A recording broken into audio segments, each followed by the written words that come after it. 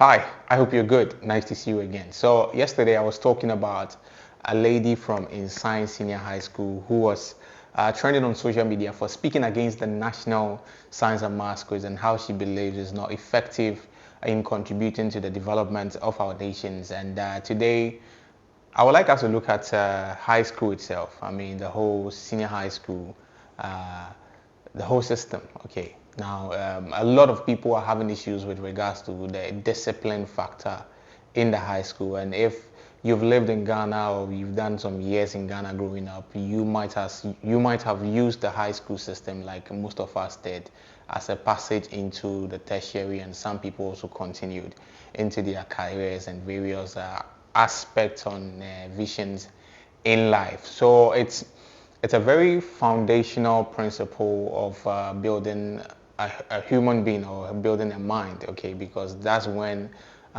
you are between being an adult and actually being a child, okay. So there's a lot actually happening within that space of being in high school, okay.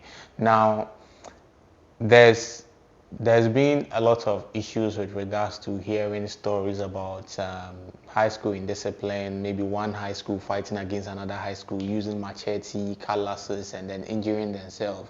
And the latest news that came on was the O'Reilly Senior High School boy who was stabbed to death because they were having argument over whose father was rich. Okay, so the two students were having argument about whose father. One student was saying like, "Yo, my father is richer than yours." The other person, "My father is richer." It got heated, right? It got heated, and the worst happened when one of the kids actually stabbed the other one, and now as I'm talking to you, he couldn't make it, and it's turned to a whole lot of things because it's a bizarre news, because how can a story of whose father is rich and whose father is not rich lead to somebody dying? Now that's not the only thing that's happening in high school. The high school itself, it's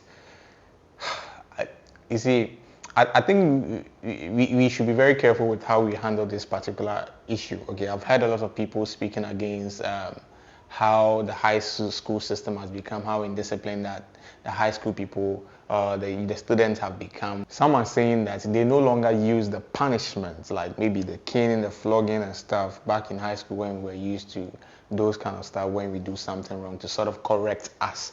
And they believe that it's part of the reason why these kids or these young people they've become indisciplined. I don't know about what you think, but yeah, I mean, personally, if you ask me, I feel like the caning, Charlie, when we're in high school, Charlie, if you mess up, then your teacher gets you, Charlie.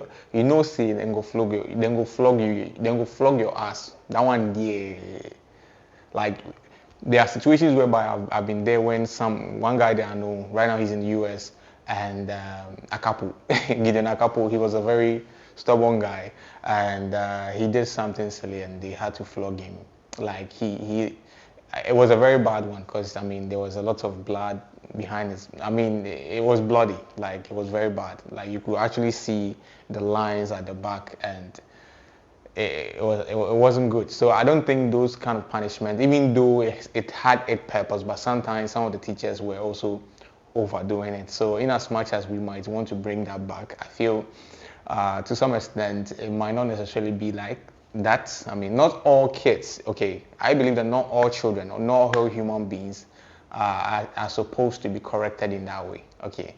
Yeah, some people, the more you correct them, the more you use that kind of capital punishment, or like very, very hard kind of punishment on them, the more they become hard, okay. Yeah, there are people like that. Like you can't, like, they are hard naturally. There are people that are hard and they are stubborn.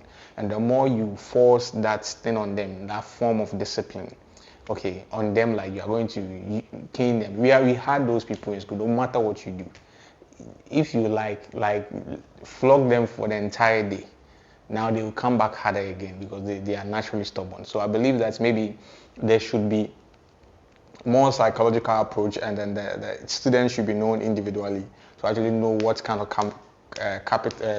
punishment will be necessary for which students, okay. Because I mean, I feel like human beings are different and people process different things different ways. So if you are sort of going to use one generalized rule to sort of find solution to the problem, we might not get to the root, right? So maybe if there is this form of punishment like caning and then flogging the kids as a form of punishment to correct them, there should be a guidance and counseling committee, or yeah, like in my former school, for instance, we had something like that, and they were able to speak to children and then find ways, because I believe that's not all children, like once again, not all students can actually come out from their bad behaviors because you are caning them or you are punishing them in a certain kind of way. Some people just need to be spoken to in a very good and amicable way for them to understand the consequences of their actions. And when it doesn't work upon speaking to them, then maybe those form of punishment can be used.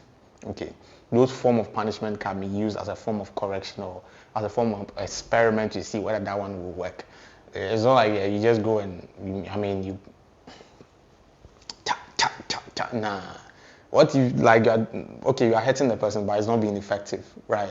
So I am for the effectiveness of whatever decision or whatever model or modulus operandi we want to use on a kid, but we should look into it and see which one will be convenient. So that's what some people are saying, that we should bring that kind of punishment back into the school to sort of align them back. But even though our time we were using that kind of punishment, but we still had people that were very, very, very, very, very stubborn. Okay, it doesn't matter how much, like, because of that age, Charlie, around that age, the teen, like transitioning from teen into adulthood, Charlie, people become naturally, the stubbornness is like at its peak, right? So that might not necessarily be the solution, okay? But I strongly believe that sometimes it's just youthful exuberance. It's youthful exuberance, and it's not nothing deep. Because when we're in high school, if you've been in the high school system, like I'm saying, we all had some kind of, sometimes you are in high school and then there is a trend, there is a way of doing things, there's a way of dressing. And then when you have your parents to actually check you in and then correct you on certain things, that's when you are able to sort of align with them. Some people even have their parents coming in for them to sort of guide them on what to do, but they still end up doing some of these things. They've been, as I'm talking to you, there's a hot trend that is going on in the high school where the women or the ladies are dressing like, the girls are dressing like akata, the gang kind of vibe. And they will use bandana on their head and then like just stylish way. I don't know who brought it, but hey, that's what they are doing. And it's some people call it indiscipline, but personally I see it as just part of those youthful exuberance. So far as whatever they are doing is not really being harmful to them personally and then to anyone, I feel it's one of those things. When they get to a certain age, naturally they will just stop. They will just end it, because humans, we grow out of certain behaviors. When you get to a certain age, just naturally certain things fall off. So I believe that some of these things, unless it gets to a certain point, like the way O'Reilly Senior High School, the guy stopped. Now that's very, very, very bad. Okay, because these are things that sometimes you can't understand, and people like that are always in the system. Okay, but how can we actually also, as parents and guardians at home, guide our kids in a proper way and groom them in a way that some of these behaviors, they will not even think about it? Because what a thought will come into a young man's mind to actually stab their friend to death because they are having an argument, no matter how intense it is. Now that's a bit of home training. There's a bit of home training I believe is lacking there, because there should be some kind of regulator that goes off in your head, like, no, Charlie, I'm going too far. Yeah, there should be something. If there's been consistent home training and speaking to you about certain things, the moment you decide to do something, there's a restraining factor within the heart or the mind that will be like, yo, Charlie, this thing there, I know you are pissed, I know you are totally off, but you don't have to go to this extent. So if some of these kids are lacking it, I think we should trace it back to their upbringing and stuff. And this is something that, we don't have total control over, because every individual, every parent has a way that they choose to sort of groom or sort of develop their kids. And the education system or the authorities or the leaders, that one, no matter how you look at it, they might not have that kind of power over that particular situation. So maybe that one, who we can rely on is maybe the religious authorities and the religious bodies that can probably come in to shape the kids with some values and morals.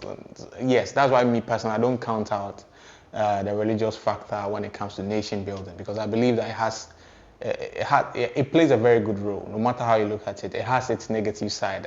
I mean, everything in this life, everything in this world has its negative, it has a dark side. But I believe that a country like Ghana, when we have the religious aspect of it, that's where the kids are actually groomed, and they are groomed, and I mean some moral impact and some moral decisions are given to them on how to actually go about doing things. And I believe if these things are instilled on the kids early on, we can prevent most of these things that we are witnessing in the school. So I believe that these things about this indiscipline and youthful exuberance, I think it goes hand in hand. You can't really draw the line.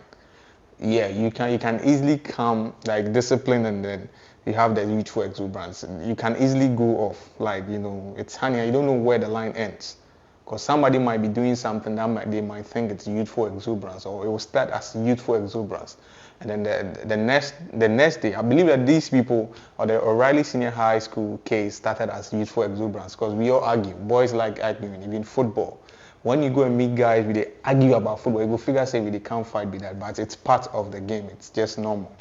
You see, but that's when you don't know where the youthful exuberance ends and when indiscipline actually starts. So I think we should find more effective ways to handle this in our schools by setting up counseling and guiding committee to sort of find a proper way to actually correct these kids before they grow up into our communities to sort of give us headache, because we are already dealing with a lot, and we don't want it to increase in any way. So, I mean, personally, if you ask me, that's what I would have to say about this particular issue, about whether it's indiscipline or just youthful exuberance in our senior high school. I don't know about what you think about this particular issue, and Charlie, I would like to hear your opinion on this issue. Okay. So yesterday, I told you we spoke about this young girl. On the positive side, we spoke about this young girl who was talking about National Science and Maths quiz, and how interesting that she finds the whole thing as a form of, it's not really effective, So the girl she has received a lot of compliments, okay? And if you've not watched it, you can check it out here and find out what really happened in that particular story. Charlie, with that one said, I will end today's edition of Trends on KDM here. My name is Donald, not Trump. I'll see you on the other side.